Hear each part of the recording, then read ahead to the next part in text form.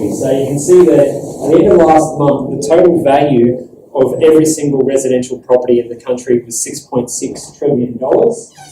Then obviously most of us have super, 2.1 trillion in super, 1.7 on the ASX listed, and less than $1 trillion in commercial real estate. So housing is significantly larger than all of those other asset classes. Households hold a majority of their wealth in residential property. That 51.5%, obviously that's 100% when you're talking about total wealth. About 22% of that is actually superannuation, and obviously most of us don't actually have direct access to that superannuation. So you can see of the wealth that we can actually do something with, the vast majority of that is typically held in residential property. Now, if we have a look at this chart here, this is tracking the change in values across the combined capital cities over time. Now, this is heavily influenced by Sydney and Melbourne. And some stats about Sydney and Melbourne. So 40% of Australia's population live in either of those two cities. So you can see why they have a heavy influence. If you add in Brisbane and Perth, rather, 56% of the national population live in 4 capital cities. So we do tend to aggregate in these larger capital cities, and subsequently that's where a lot of the job opportunities are, and obviously that drives the housing market in some of those areas. We also see for a long time there was actually no downturn in the housing market. So before the downturn in 2008, you'd have to go all the way back to 1992, the last time we had a recession here in Australia, to have been seeing values falling across the board. Obviously in Sydney it was a bit of a different story. After 2003 we saw the rate of growth slow and the market really go into a decline for about 5.5 years. In 2008, obviously we all know the GFC hit. What happened during that time was values fell by 6.1% in the space of 9 months. Then we got a huge amount of stimulus that came into the market in the form of the First Homeowners Grant boost, but we also got the federal government, the Reserve Bank rather, really aggressively cutting interest rates to stimulate the market. And that worked very effectively. You can see that growth picked up thereafter. As that stimulus was wound out of the market, as those first homeowner incentives ceased, as we also saw interest rates start to climb, values started to fall again, but then interest rates started to come down. We didn't get more first homeowners stimulus, but you can see that the market's picked up. And over the last year, values are up 7.1%. They peaked about 2 years ago at a growth rate of 11.5%, and values are rising at a slower annual pace than they were 12 months ago, but obviously a 7.1% increase in values is still quite strong. And this is just looking since the financial crisis. So a lot of people say, oh, it's all about interest rates. But it can't be all about interest rate because every single capital city, every single part of Australia has the exact same interest rates available to them. But have a look at the performance of Sydney and Melbourne. So values in Sydney from the end of 2008 are up 94.5%. In Melbourne, they're up 80.4%. The next best performing capital city is Canberra, up 32.7%. So you can see really the story has been all about the Sydney and Melbourne housing markets. And obviously that's not just a story about low interest rates. It's a story about stronger economies, stronger population growth, and obviously also, you think about the level of equity that these people have in their properties. If they've sat on a property since the end of 2008, the property here in Sydney has almost doubled over that period of time. Houses and units, what we're seeing at the moment, I'll touch on this a little bit later, is a record high level of unit construction taking place across the country. And what you can also see is the performance of houses and units is starting to diverge. So historically, houses have always increased in value at a faster pace than units. But in the downturn, it's actually been the houses that have seen a larger decline in values than units. Now, I'm pretty confident the next time we go into a housing market downturn, that's going to be reversed. It's going to be the unit market that sees a bigger decline than houses, just because of the magnitude of new unit construction we've seen over the last 4 or 5 years. Also have a look here. So in Melbourne, unit values have increased about half the rate of houses over the last year.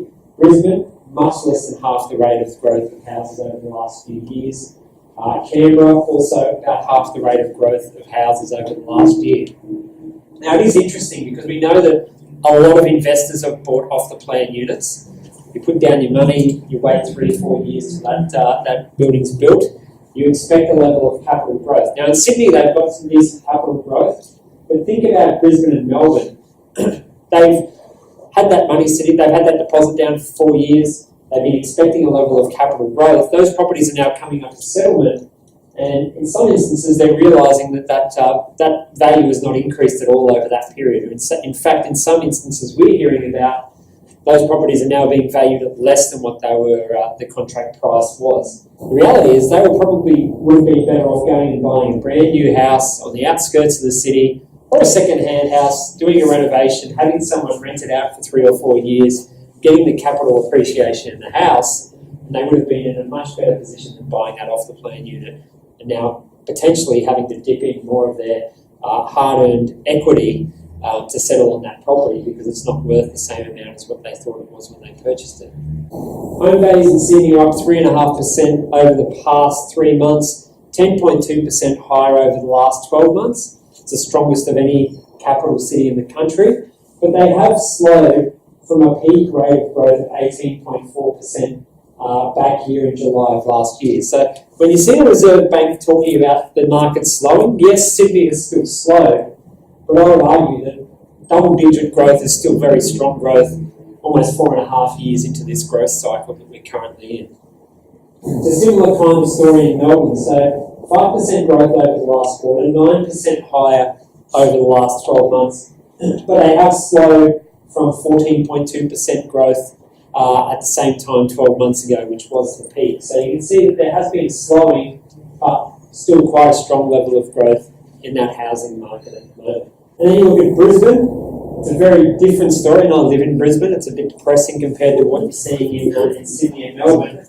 Obviously, back in the early noughties and again in 2007, Brisbane really outperformed, but it's really underperformed ever since the financial crisis. Values are only up 3% over the past year and only up 13%, over the past 5 years. So you're just not getting that level of growth in Brisbane.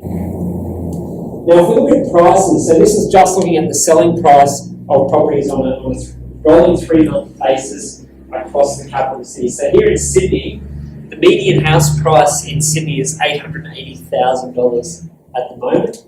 The median house price in Melbourne is $640,000. The median unit price here in Sydney is $680,000. So it's more expensive to buy a unit in Sydney than it is to buy a house in Melbourne. The median house price in Brisbane at the moment is sitting at about $500,000. The median unit price is $380,000. The median unit price in Melbourne is about $450,000. So if you look at that 2008, there where Brisbane is above Melbourne, yes, and just below Sydney, yeah, and now you look at the gap is 400,000 where it was only 50,000 there. Do you see Sydney coming back or Brisbane moving up to close that gap again? The challenge for Brisbane and challenge for anywhere outside of Sydney and Melbourne at the moment is going to continue to be creating jobs.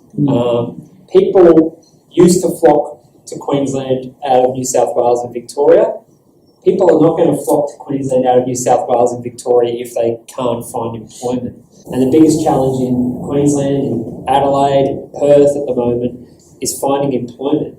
I read a stat the other day that 2 out of every 3 jobs created over the last year nationally were created in Sydney and Melbourne. How about Sydney? Do you see Sydney coming down to a decent value? Not unless the job market turns. I think at the moment, I think the challenge for Sydney going forward is going to be younger people that come out of university in other states and territories are going to be looking at this and going, well, I'm going to go to Sydney where I'm never going to be able to afford to buy a house, or I'm going to choose to go to Melbourne. Yes, the weather's crap. I've actually got a chance of owning a house in somewhere like Melbourne, whereas I think for a lot of people they'll feel like they never have a chance of owning a home in Sydney. I think people will start choosing Melbourne over Sydney, and we're already seeing that. The rate of population growth into Melbourne is much stronger than it is into Sydney, and I think that will only increase. Interstate migration's always been negative into New South Wales, but it's actually starting to turn and it's starting to pick up a little bit back in Queensland. Looking at transactions, I think this is the really interesting one for me. So you have a look at this as the combined capital cities. Now, firstly, point to make here is off the plan sales, they will go in at their contract date, but they won't actually go in until they settle. The reality is over the next few years, you're going to see these figures revised as more of those off the plan sales actually settle.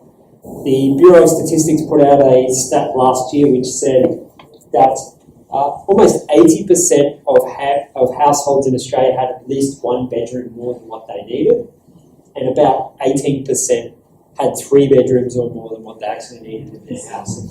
My wife and I live in a 5-bedroom house, so we're a classic example. The other interesting thing is you can see that in Perth and in Darwin markets that have been really poor performers, you're actually starting to see the rate of decline in sales flatten out. They're a long way from where they were at their peak, but they are starting to show some early signs of improvement. I don't necessarily think that's going to be the case with values. I think they've got further to fall.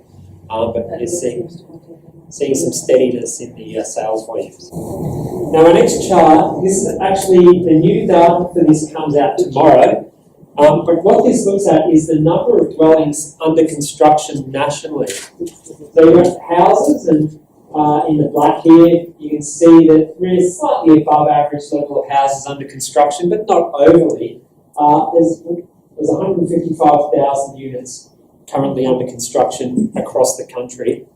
And since March, the latest data we have is August, there's been almost another 60,000 units actually approved for construction over that period of time. So I'm fully expecting tomorrow that figure is going to be higher. If you look at the long-term average, it's about 30,000 units under construction at any one time in Australia. And look at Sydney, look at New South Wales, Victoria and Queensland. There's almost 60,000 units currently under construction in New South Wales, most of those in Sydney. There's about 50,000 under construction in Victoria, most of those in Melbourne. And in Queensland, there's about 30,000, most of them in the southeast corner of the state. So you can see that what's going on now with unit construction is really unprecedented, and it's probably only going to surge even more. I think the big thing we're not really sure of with the unit market is what's driving it. Obviously, there's a lot of anecdotal evidence about offshore borrowers, offshore buyers driving it. It's a foreign capital story. And if that's true, well, then this could theoretically go much higher. Also, keep in mind that now the 2 largest sources of immigration to Australia are people from China and people from India. And smaller apartments, dense living is something that they're much more accustomed to than typical Anglo-Saxons. If everything that's actually approved for construction and meant to be completed over the next 2 years is completed, there will be another 93,500 units completed in Sydney, another 50,000 completed in Brisbane, and another 92,000 completed in Melbourne.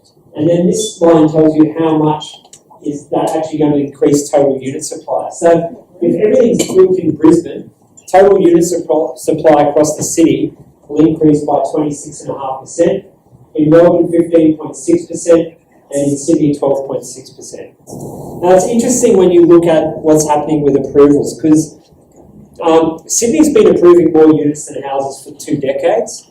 Canberra and Darwin have been doing it for a decade. It's only been the last 36 months that Brisbane and Melbourne have started approving more units than houses. As I said previously, there's not as big a gap in those cities between the cost of a house and a unit.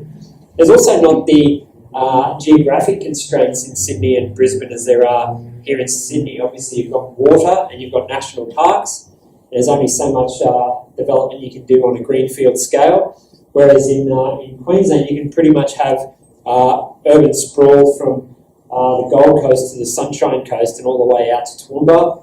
And in Melbourne, you could go for hundreds of kilometres of urban sprawl. So they don't have the same constraints on land as are very prevalent here in Sydney, and I'm not as concerned about all the new unit stock in Sydney as I am about all the new unit stock coming online in Brisbane and in Melbourne. And if we look at the regions, this is another reason. So here in Sydney, you can see the regions where the stock's coming online: Sydney Inner City, Strathfield, Parramatta, Auburn, Canterbury, Ryde. It's all across the city. Obviously out here we're about 25 kilometres from the city. If you look at Brisbane and Melbourne, I don't know how well people in the audience know it, but Brisbane Inner North, Brisbane Inner, Holland Park, Yoronga in Brisbane, Southport's a Queensland one, but it's on the Gold Coast. But those three Brisbane areas are all within about 6 kilometres of the city. In Melbourne, you've got Melbourne City, you've got Port Phillip, you've got Glen Eira, you've got Canterbury, you've got Brunswick, all within about 10 kilometres of the city. So the density is coming in a much smaller geographic area in those other capital cities than it is coming in Sydney, where it's much more spread out right across the city.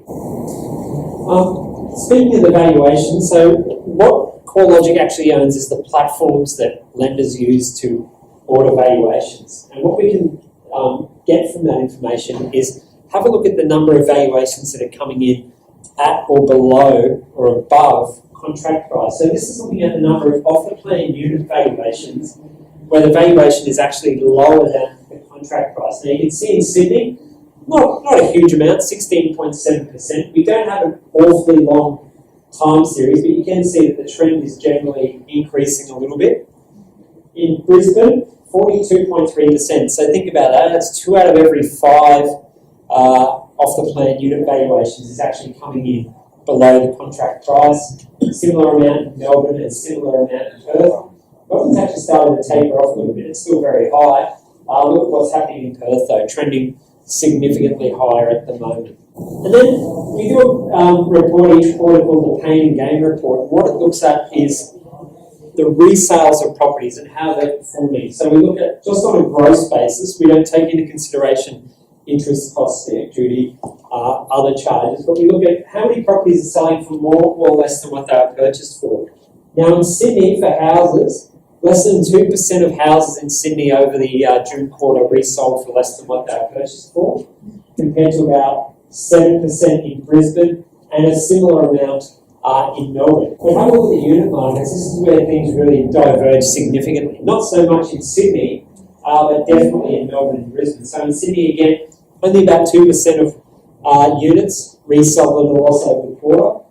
In Melbourne, you're talking about 10%, and in Brisbane, you're talking at about 18% of units reselling for less than what they were previously purchased for. If you have a look here, this is tracking the annual change in rents in the red and the annual and the monthly gross rental yield. So you can see that the trend over the last few years has been rental growth slowing, yields falling, obviously property prices increasing. Yields are actually at a record low level at the moment across the combined capital cities, 3.2%. Now, we always look at this, and I've always been surprised when I've gone to talk to banks, and I'm like, well, yields are really low, that's a bit concerning. But their response has generally been, well, it's still better than putting your cash in the bank, it's still better than a risk-free asset, and if you're borrowing with, say, 20-30% equity, your yield is actually going to be much better than that. The yield assumes that a property is tenanted for 52 weeks of the year. With all this unit supply, the last census showed us that units are 2.5 times more likely to be owned by an investor than an owner-occupier. So ultimately, a lot of this stock will actually end up in the rental market, and that's going to mean that for people looking to rent, they're going to have a lot more choice. I think where we need to be cautious is some of the older apartment stock in particular, because if people can move to a superior location in a much more modern building with swimming pools, gyms, on-site managers, I think there might actually be a bit of a flight to quality away from the older unit stock to some of the brand new unit stock, because they can rent that for a similar, or maybe in some instances even cheaper price than what they're paying in their current rental accommodation. Auction clearance rates and time on market discounting are figures that people like to keep a close eye on. And you can see here, one of the features of this year has been a really strong auction market, particularly here in Sydney. The the last 6 weeks, we've had an auction clearance rate above 80%. One of the reasons why it's been so strong, though, is the low volume. So if you have a look at the amount of stock actually becoming available for sale at auction, in Sydney it's about 26% lower than at the same time last year. In Melbourne it's about 10% lower than at the same time last year. And there's about 20,000 properties listed for sale in Sydney at the moment. There's 23,000 listed in Perth at the moment. So that gives you a good comparison. Sydney, a city of 4.8 million people. Perth, a city of about 2 million people, has actually more properties listed for sale at the moment. And Brisbane, a city of 2.2 million people, only slightly fewer total listings. But the real story in Sydney is new listings. So you can see here, about 7,500 new properties listed for sale. And a new listing is something not previously advertised for sale for the past 6 months. And that's down 17% from where it was last year. So I do think there's a level of stock that's actually sitting on the market for some time, and that's vendors not really being realistic about the price, not willing to adjust their price to get it sold. So this is looking at housing finance commitments, and the red line is owner-occupier new lending, black line is refinancing, grey line is investor finance commitments. Investor finance commitments are actually picking back up. They've increased for 4 consecutive months. Owner-occupier lending has actually slowed for 4 consecutive months. And interestingly, refinance, which has been a real powerhouse over the last 4 or 5 years, has stalled and has actually fallen a little bit. But in August, the latest data is only for August. In August, we obviously got the interest rate cut, and most lenders didn't pass that on in full. So I wouldn't be surprised to see a bit of an uptick in refinance activity over the next couple of months as people start to shop around for a better deal on their mortgage. And you can also see here, this is looking at the type of lending across each state. So in Sydney, New South Wales, 44.5% of all lending was to investors. And compare that to the other states, you can see that investors are much more prevalent here in New South Wales than they are in the other states. And as I showed you, historic low yields in Sydney and Melbourne. So it says to me that these investors are chasing that capital growth and probably not thinking too much about that rental return. Nationally, it's ticked back up, and the trend has been that population growth is slowing. Net overseas migration has been the main reason why we've seen that slowdown. After peaking at almost 100,000 people a quarter, we're down to about 60,000 people a quarter. But look at the 2 states where you're seeing the strongest population growth. Victoria, 1.9%, New South Wales, 1.4%. Obviously, that's going to drive more demand for housing in those areas. But look at net overseas migration. So it's been falling at a national level, but it's actually picking up in New South Wales and Victoria, falling quite significantly in Queensland and Western Australia. So the overseas migrants do not want to go to the places where there aren't jobs. And look at net interstate migration. As I said earlier, it's turning a little bit in New South Wales, and I think to some extent that's probably a housing affordability story. Some people have just given up and said, well, I'm going to make a move somewhere else. I think a lot of them are moving to Victoria. 5,000 people last quarter, net people moved to Victoria over the last quarter, the highest number ever.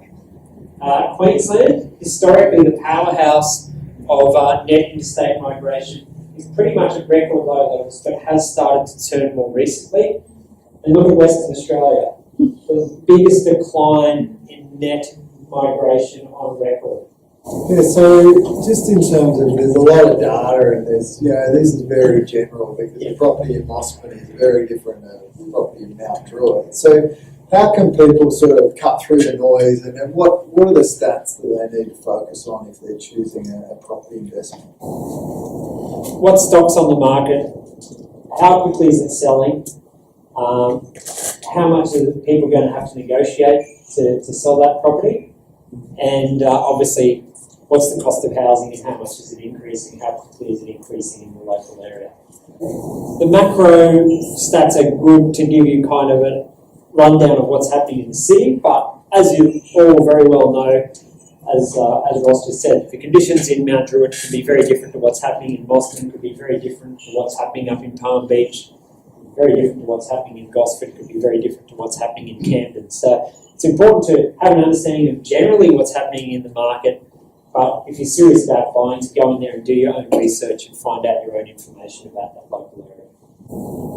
Cameron, if you're building a property investment portfolio and you're trying to balance, as you said, you're trying to balance yield, affordability, the ability to hold property as well as capital growth, where are you buying investment properties now to build a portfolio that you want to hold for a period of time? Yeah, I think that's the important thing. I think it's not as easy to buy an investment property now as it has been over the last few years. And you can't have that short-term focus. You have to have a longer-term focus. And I think places like Southeast Queensland offer some good opportunities. I wouldn't be buying in Perth yet. I think there's still declines to come in that market. I think well-located properties in Sydney and Melbourne are still worth buying because, as I said, I see the rate of growth in those markets slowing, but I don't see a fall in those markets anytime soon, particularly not while we have historic low interest rates. I also think some of the coastal commutable areas are offering some good opportunities. So places like Wollongong, the Wollongong market's actually going pretty crazy at the moment. Places like Geelong, parts of Southeast Queensland as well. I think as people get priced out of Sydney and Melbourne, there'll be more and more demand in those areas. And I think businesses are becoming a lot more flexible about how people can work. They can work from home, they can commute to the office only a couple of days a week. I think that really opens up, particularly those coastal markets, as a much more realistic place, not just to have a holiday home, but as somewhere to live.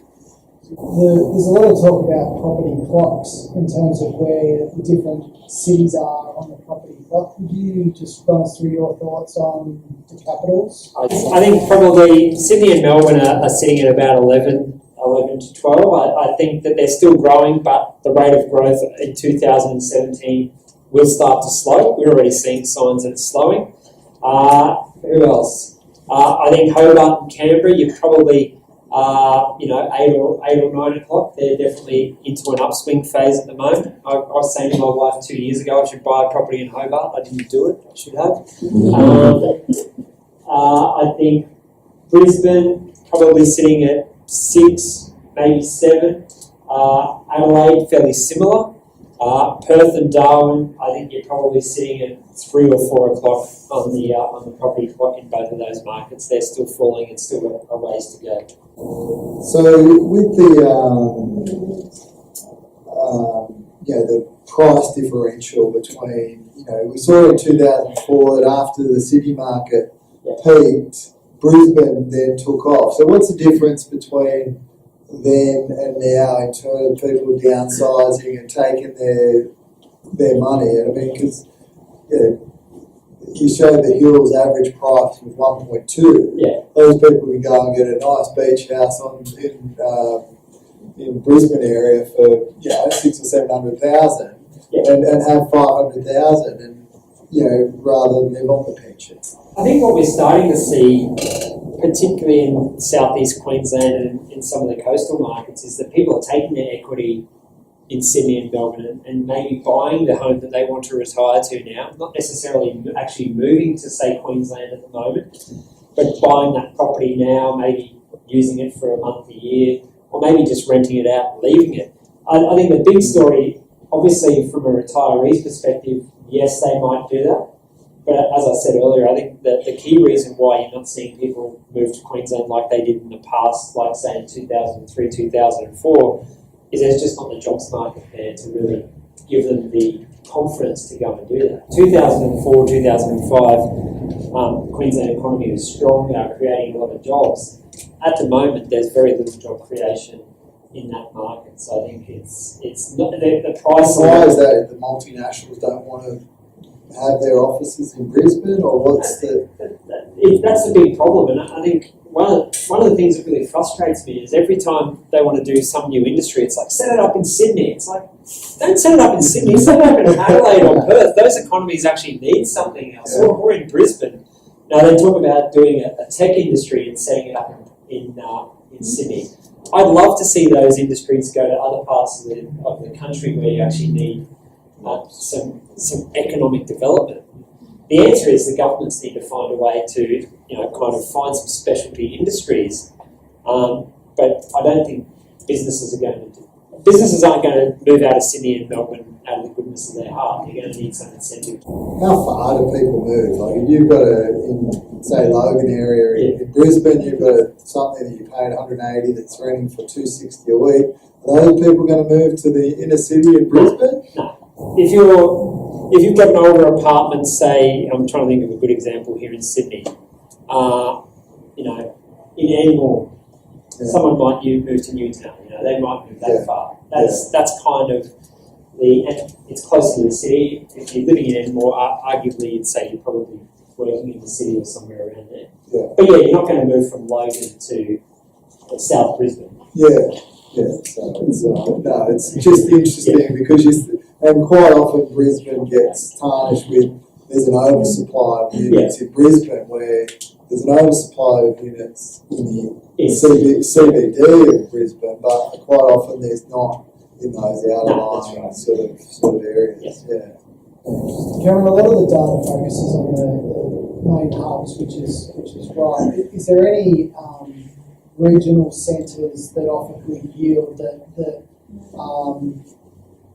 are attractive for investors at the moment? I know in the past centres like Orange and Bathurst and things like that have performed quite well. Is there any data pointing towards any regional opportunities? I think somewhere like Toowoomba in Queensland still offers a pretty good opportunity. Second largest inner city in Australia. I say the Queensland economy is not strong, but the Toowoomba economy is quite strong. So somewhere like that. There's probably still some opportunities in areas like Orange and that. I even think somewhere like Hobart, there's still some opportunities there because tourism is absolutely booming down in Tasmania at the moment. If you try and get a hotel room in Tassie at the moment for a night, you're not going to get much for less than $400 a night in Tassie. International tourism to Tasmania is up 30% year on year. Wollongong, you mentioned, is the same to be said for the Central Coast and further North Coast? I think so. Probably the yields are not going to be anywhere near as strong, pardon me, in Wollongong or in Newcastle or places like that. But there's still some good opportunities there.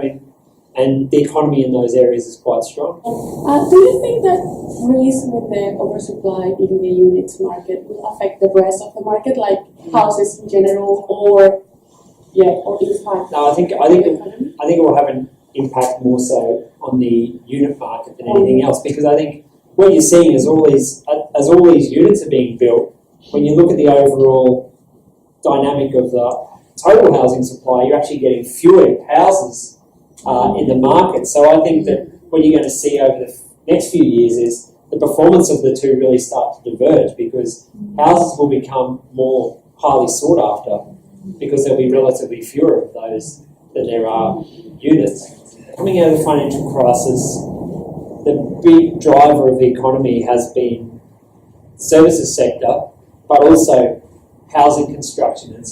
As housing construction begins to fade, and everyone seems to think that over the next couple of years it will start to fade, what then steps in and provides the next lot of stimulus? Because it was the mining sector, then it was housing construction.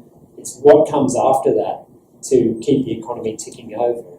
Really, the prime candidate is infrastructure investment. And that's where you can get some real economic benefit, where you can move people around the city quicker in a more efficient nature. But at the moment, governments don't seem willing to invest in improving infrastructure. Cameron, in 2004, 2008, when prices came off a little bit, we saw valuers get spooked and valuations were coming in much lower than the market had moved at that stage of asking for the valuation.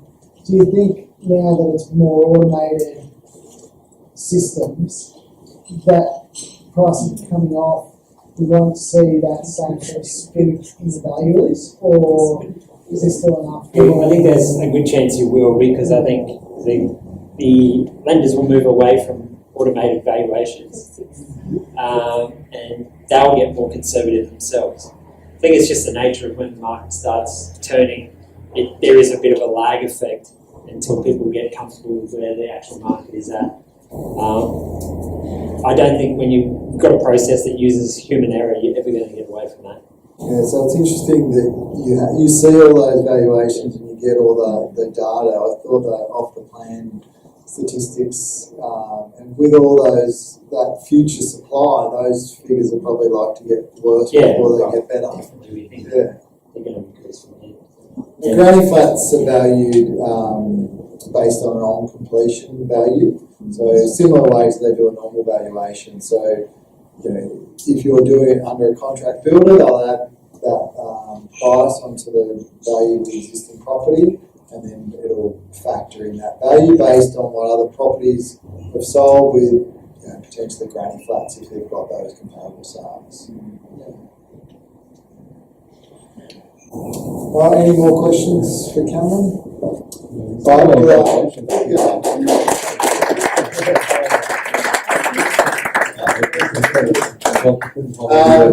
You know, some really good insights there, and you know, just things that you don't think about those job creation, and is,